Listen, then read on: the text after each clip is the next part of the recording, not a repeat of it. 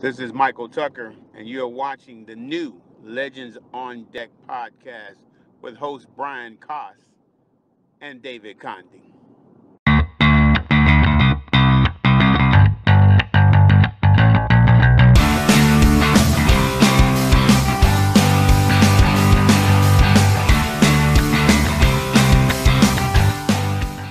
Good morning and welcome to episode 5 of the Legends on Deck podcast. I'm senior editor Brian Koss with the Legends on Deck founder, David Condi. Good morning, Hey, Dave. How are you? What's up, Brian? How are we doing today? Good. We got a great guest that we're waiting on today. We're going to talk to Dylan Spaulding, and Dylan's written many articles for our website, but he's also got a really great story about a lot of things that he's done. And the most interesting thing I think everyone will find is how much he's done at such a young age. Exactly. So if we want to bring Dylan in, we can get rolling with him, because we want to, this episode's about Dylan. Our own legend on deck, I guess. Yeah, exactly. The young guy just making waves in the game. That's right. There he is. Welcome, Dylan. How you doing? Welcome, gents. I got to put this hat on because I just don't feel right not wearing my new Blue Jays hat. Really good. There you go. I have to wear it today. That's perfect. We're gonna get into that, and we're gonna hear about a new opportunity that's come Dylan's way after we hear about kind of how he got to where he is. So I teed it up a little bit before you got on. I described you as Legends on Deck, our own Legends on Deck, from Legends on Deck. So you are. You've crammed a lot of things into a very short, young career as a baseball/sports journalist. So before we get into all of it, I'm going to start with asking. So let's go to recently. So your last article on the website, I just want to touch on it real quick. You went to an event. You live in the Tampa Clearwater area. And if I'm correct about that. And yep. So we're all Florida guys here. And you went to a girls softball tournament and wrote about it, and wrote a couple of really great articles about it on the website. You want to tell us briefly about that experience? Yeah, I would love to. This was such an amazing experience. What a well done job that St. Pete Clearwater, the St. Pete Clearwater Elite Invitational, which is probably one of the top preseason collegiate softball invitationals, I would say, in the entire country. It's probably one of the best when it comes to the amount of teams and how many good programs are actually going to that actual tournament itself. And I'll tell you what, it's just such an amazing experience, like to have so many different fields, going to different games in the single day that I got a chance to cover the event.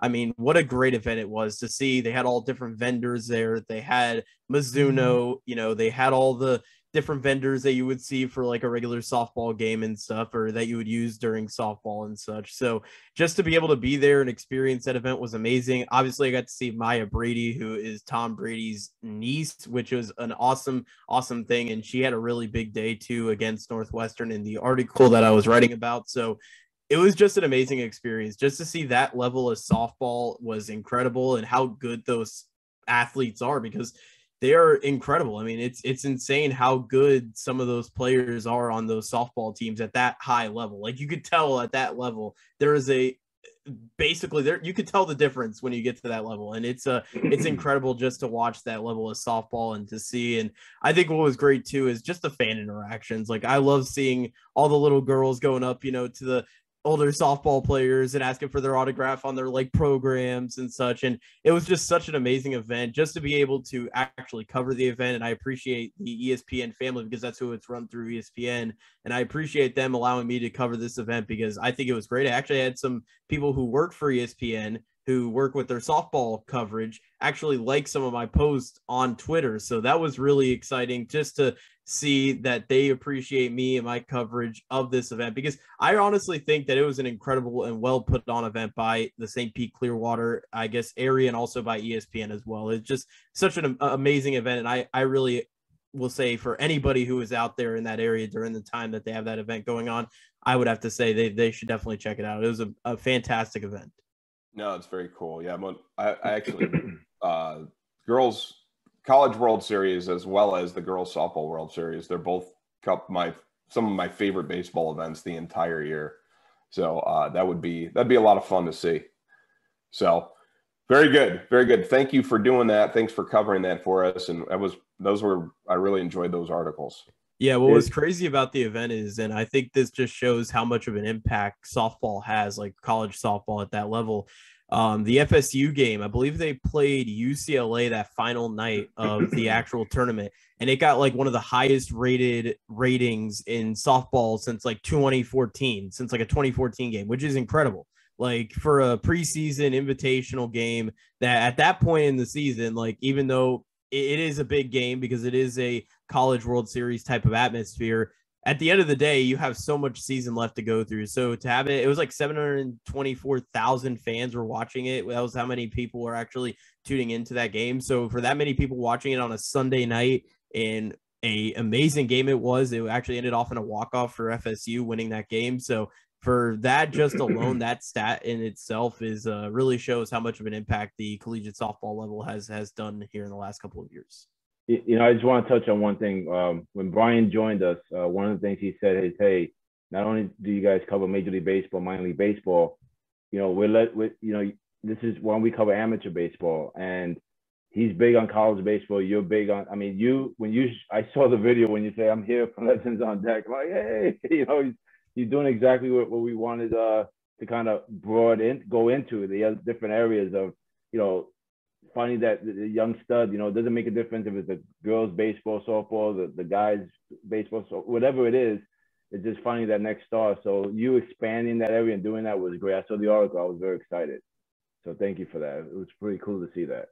You're very welcome. It was an awesome experience, and again, I was just so happy to be able to cover that event in a whole. It was really. I'm definitely going to go back there again for sure. It was one of the best experiences I've had going to like that type of tournament and such. I really did enjoy it. So cool.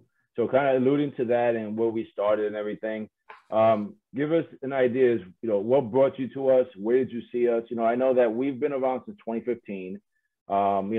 We've had writers that come and go. That's probably one of the reasons why we started the platform. One was to follow the major leaguers or minor leaguers when they go wherever they go.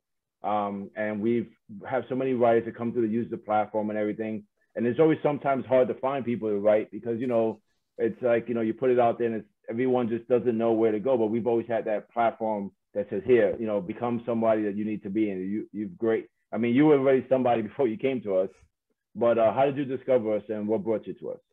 I'll be honest. I think it was just, really wanting to be a writer. Like, I think my big thing was I wanted to really branch out, and I've been trying to do that these last couple of years, really branch out and try to cover more collegiate baseball, collegiate softball. I've been trying to, branch out and trying to get into different areas in, the kind of baseball, softball realm, if you will. So I think, my goal, I've always wanted to, be a podcaster and a broadcaster. That's obviously still my main goal, but I've always had a fondness of writing. I've always enjoyed journalism and I've always enjoyed that side of things. And I think I ended up finding I know I was about to go to a Red Sox and Rays game. And I remember talking to you and catching up to you and being like, hey, do you guys have any openings in the team? And you said you'll be able to fit me in. And fortunately enough, I got the opportunity with you guys, and I know the rest is history, but I've been so fortunate to be able to write for you guys. I've really enjoyed it. It's given me an opportunity not only to, be able to show my podcast a little bit as well, but also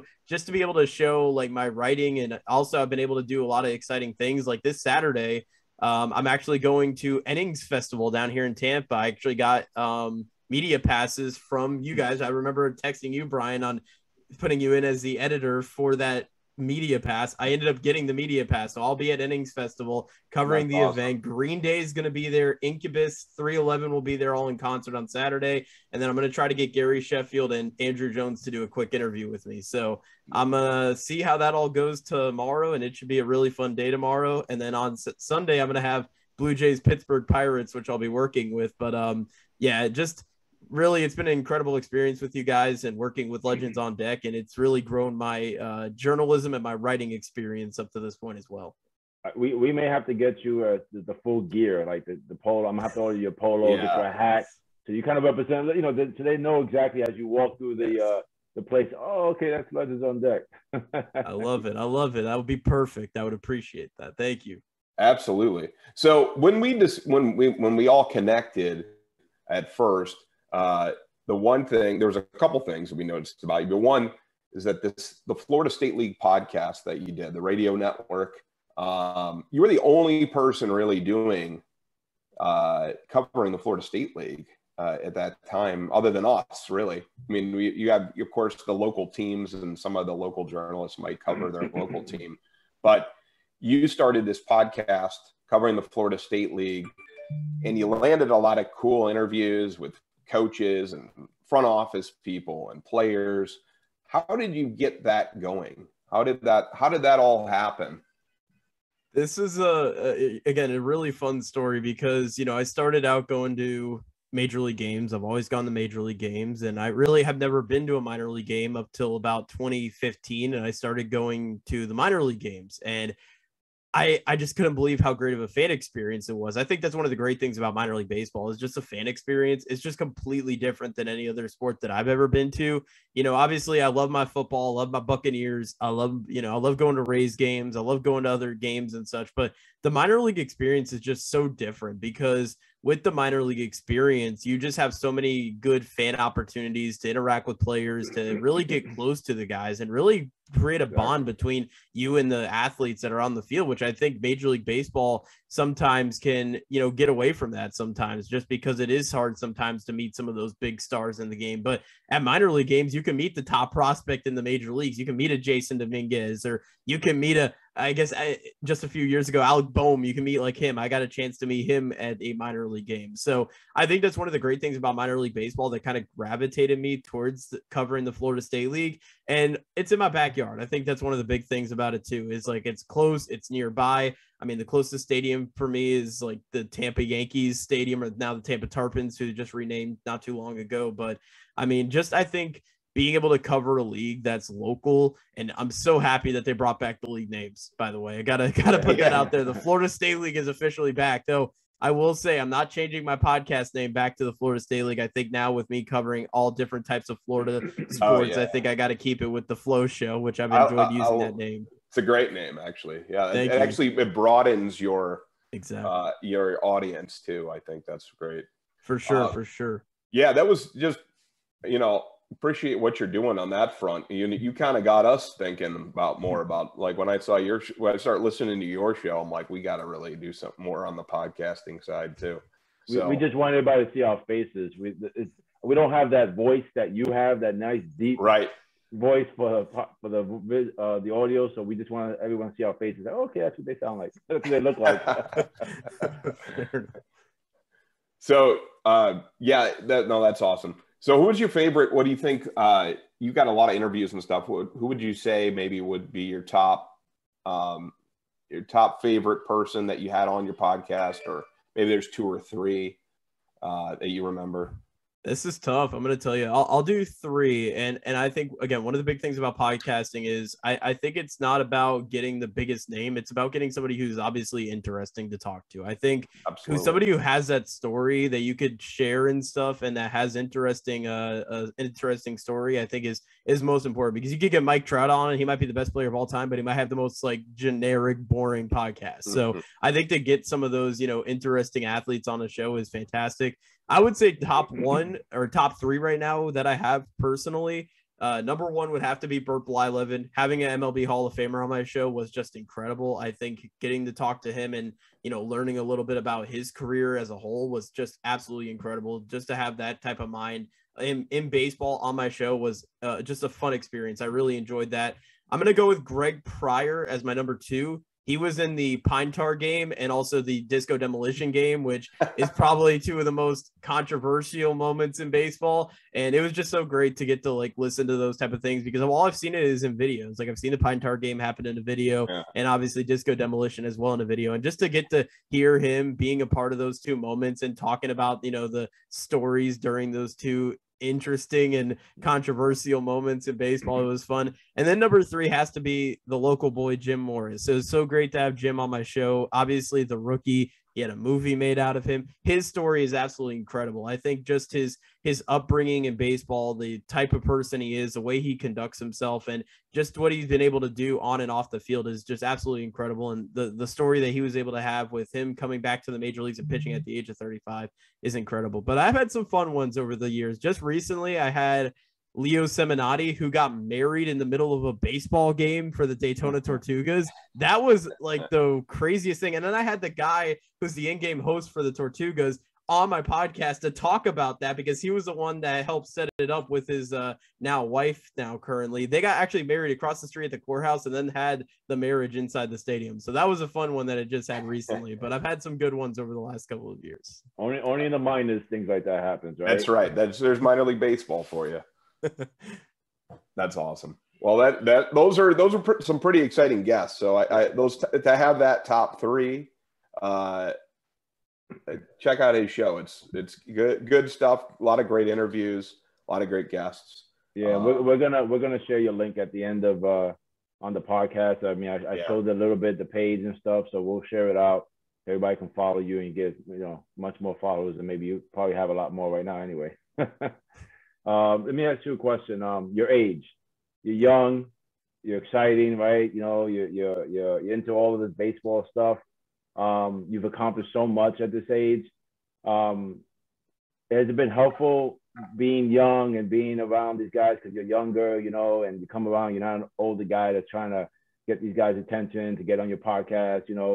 Is it young, cool like that? Are you able to do it? Or is it challenging to at this age to even get people to want to come on the show and stuff? I think it's got its pros and cons, because I think a lot of people still are supporting me and such. And obviously, I have a lot of support with it. I've had the chance to meet so many great and amazing people that I never would have thought I would have met if I hadn't have started this podcast. I think it's been one of the great things about this entire journey with doing the podcast is just how many great people I've been able to meet, and actually how many friends I've been able to meet as well. I mean, I'm still good friends with a coach who's on HCC, but was a minor leaguer with the Bradenton Marauders, and I'm still good friends with him. We still talk a lot, and it's good that we bust our chops a little bit, because he coaches for HCC and I'm a broadcaster now for PHSC, which is my college that I go to currently. So we bust our chops a little bit whenever we play each other, which we just did here recently. But no, I think it has its pros and cons. I think, I think from a younger standpoint, I think they feel more comfortable when coming on my show. They have more of like all right, he's younger, and I could kind of relate a little bit because, I've gone through the high school, time period a little bit, so I can kind of relate, and also with college as well. And I think for me being younger, I kind of gravitate towards some people, but obviously there are some cons. I think, there's still some things like when it comes to trying to gain, players on my show, sometimes it's tough for some guys, especially if they're not with a current major league organization or with a minor league team. So there are some cons with it. And some guys, maybe they don't think, I'm the prototypical, person to interview, but I always say, listen, it doesn't matter how old you are. You could be 10, you could be 100, as long as you're a good interviewer and you're professional. I think that's all that's important. And I've been able to have so many great guests on my show, and everybody has been super friendly. And even for some people, they're like, I can't believe you're only 19, you're so amazing and stuff. So that's what for me is like one of those things where it's just super honoring and flattering for me, because I really do appreciate that, because that just shows, I try to be professional. That's my goal, is to be professional and just, carry yourself with a certain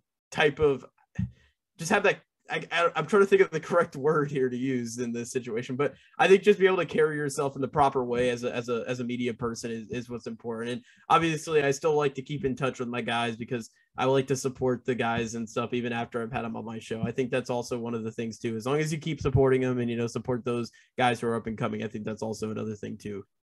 That's great. When I had my first interview, I interviewed TJ Rivera, This is when he was in Class A Advanced. He's with the St. Lucie Mets, and I was nervous. I mean, we did a one in person, and it was my first ever professional interview, and I always felt more comfortable either on the phone or just writing about it. But when you do a podcast, right, and you're trying to interview someone, and you have to make sure that you sound right and it comes out right, and you don't sound like you don't know what you're talking about. So doing the writing part of it is so much easier. But his went well. I mean, I recorded it and it came out great. That just launched me to, like you said, meet so many great people and stuff.